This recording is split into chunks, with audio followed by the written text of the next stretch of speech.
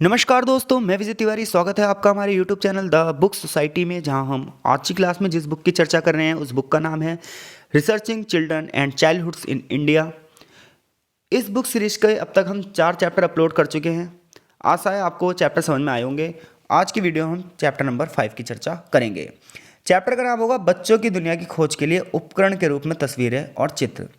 यानी कि जब हम बच्चों के बारे में अध्ययन करते हैं, उनके बारे में रिसर्च करते हैं, तो उसमें तस्वीरें और चित्र कैसे भूमिका निभाते हैं। तो सबसे पहले हम छायाचित्र की परिभाषा देखेंगे क्या होती है, यानी कि फोटोग्राफी को जानेंगे। फिर हम ये देखेंगे कि फोटोग्राफी का रिसर्च स्टडी में क्या योगदान होता है और चित्रकारी का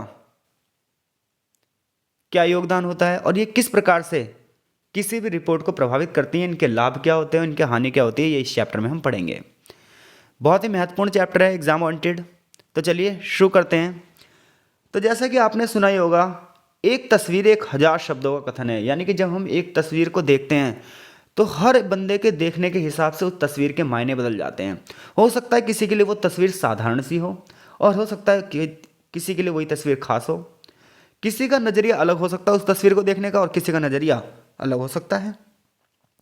ऐसे में आजकल जो डाटा इकट्ठा किया जा रहा है, आजकल जो आंकड़े इकट्ठे किए जा रहे हैं, उसमें तस्वीरें हाल के वर्षों में सबसे बड़ी घटनाएं बन चुकी हैं।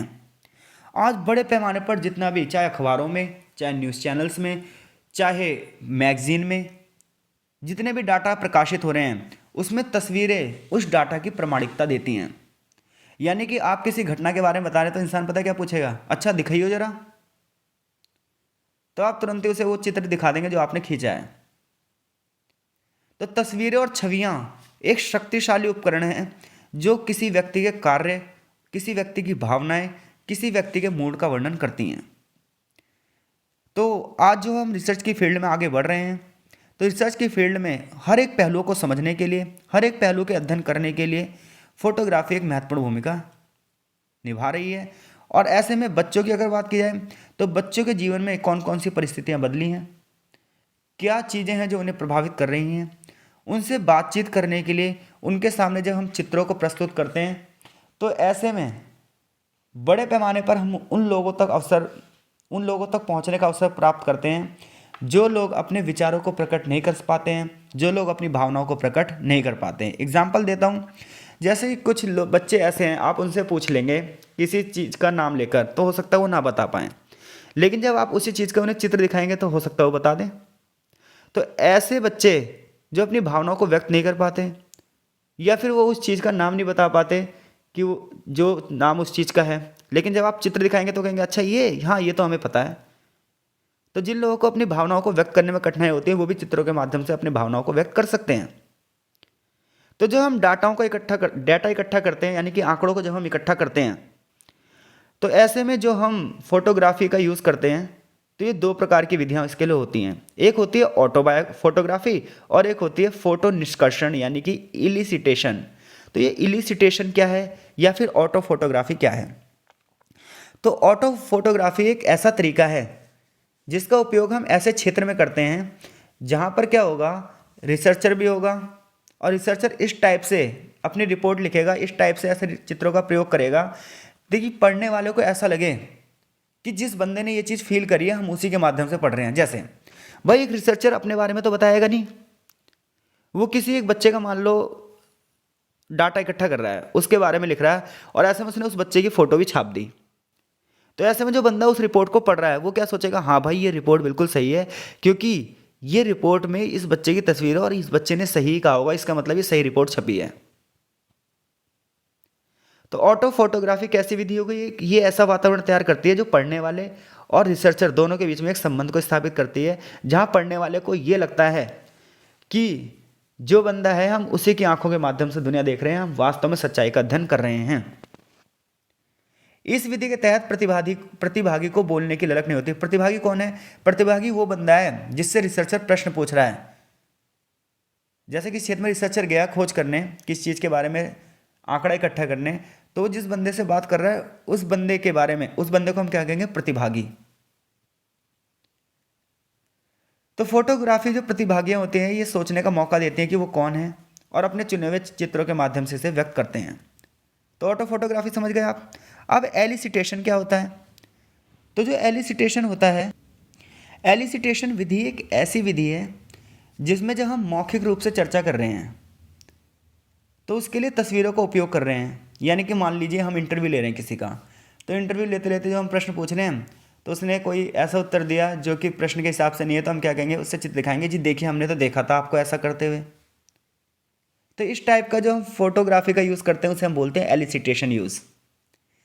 इस पद्धति के तहत यानी कि इस तरीके में क्या होता है, जो शोधकर्ता होता है, जो रिसर्चर होता है, वो छवियों का अर्थ और महत्व के बारे बताता है।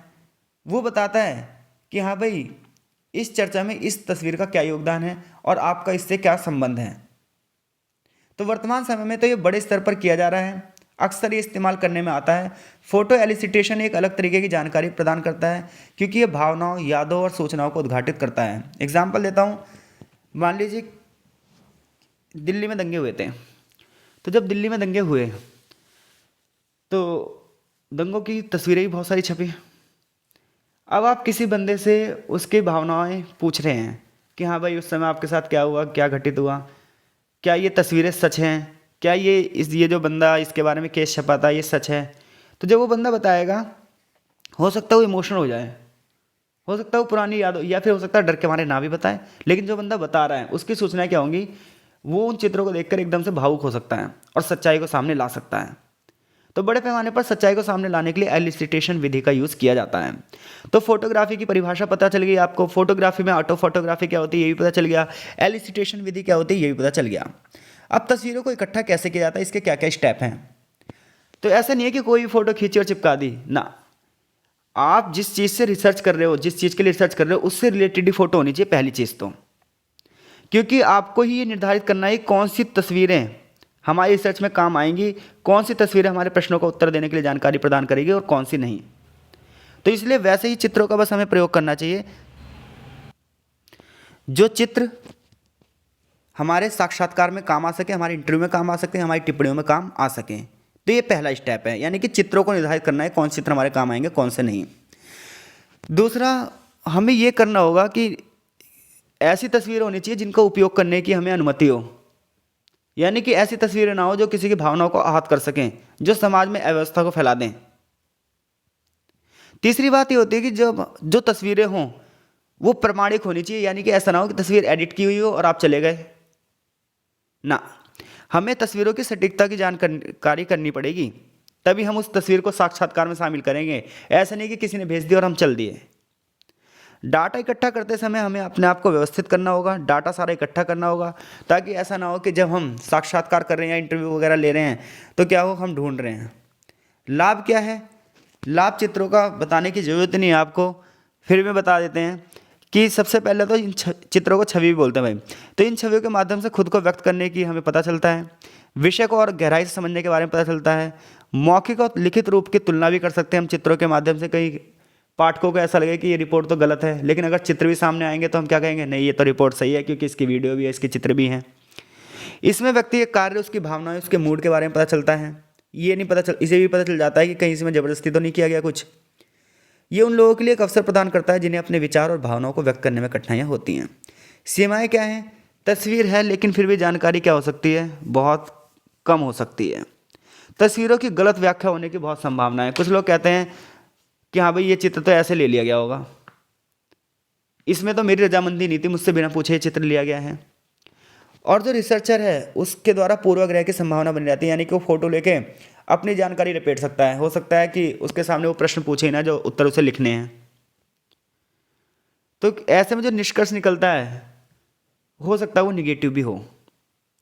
तो हम जितनी भी विधि आप तक पढ़ रहे हैं पहले चैप्टर से, पहले, दूसरे, तीसरे, चौथे, पाँचवें, छठे तक जो भी पढ़ेंगे, हर किसी के कुछ लाभ होंगे, कुछ हानियाँ होंगी। तो ऐसे में रिसर्च करते हुए हमें भी, जब हम आगे चलकर ग्रेजुएशन के बाद मास्टर्स करेंगे, फिर कोई बच्चा पीएचडी भी करेगा, तो जब वो रिसर्च करेगा तो उसे इस विधि का अध्ययन, या फिर किसी भी नहीं भी करें तो हम जितने भी रिपोर्ट्स आती हैं जब हम उसे पढ़ते हैं तो पढ़ते वक्त जो है हमारा दृष्टिकोण एक तरफा नहीं होना चाहिए। हम पढ़ इसलिए रहे हैं ताकि हम एक तरफा ना सोचें।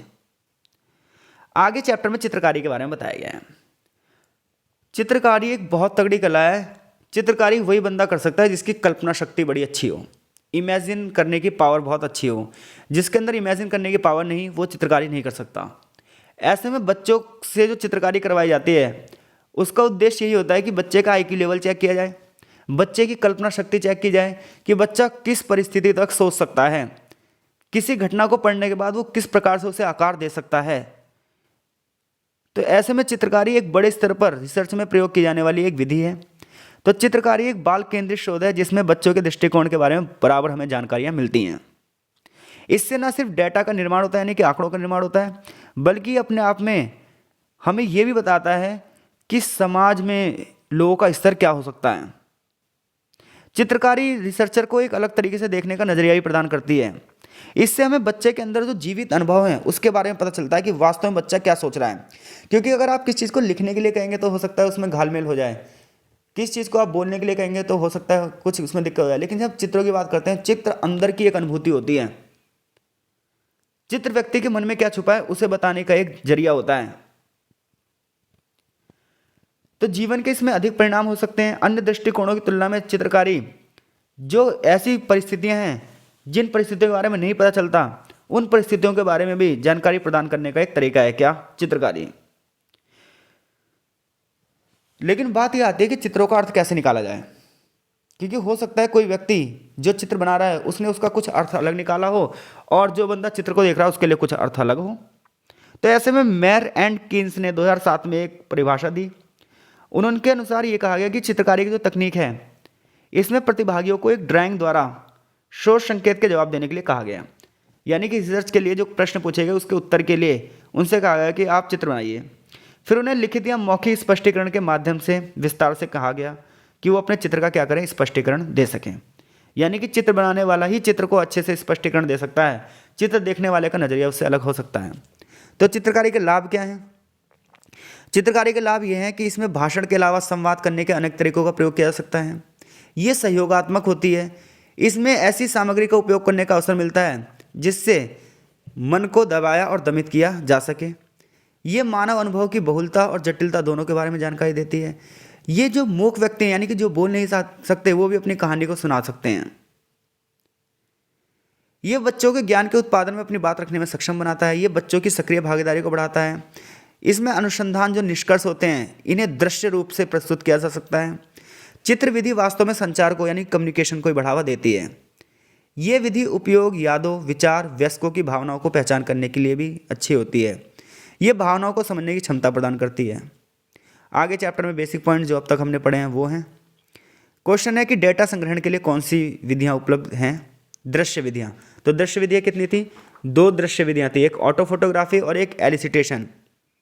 डाटा संग्रहण के लिए तस्वीरों और चित्रों पर चर्चा कीजिए। ऑटो फोटोग्राफी या फोटो एलिसिटेशन के बीच में चर्चा कीजिए। तस्वीरों को इकट्ठा करने में शामिल कदमों की चर्चा कीजिए। फोटोग्राफी विधि की शक्ति और सीमाओं का वर्णन कीजिए। या डाटा संग्रहण के लिए चित्र के क्या फायदे हैं? इन सभी प्रश्नों का उत्तर अब आप देने में सक्षम हैं। तो लेक्चर यदि आपको समझ में आ रहे हैं तो आप वीडियो को जरूर लाइक कीजिए, हमारे चैनल से जरूर जुड़िए। इसके साथ साथ अगर आपको लगता है कि आपको ये लेक्चर समझ में आ रहे हैं तो आप अपने अन्य सब्जेक्टों को कमेंट बॉक्स में लिखिए ताकि हम उन पर भी वीडियो बनाएं। तो आपका बहुत बहुत धन्यवाद। मिलते हैं आपसे नेक्स्ट चैप्टर की वीडियो में।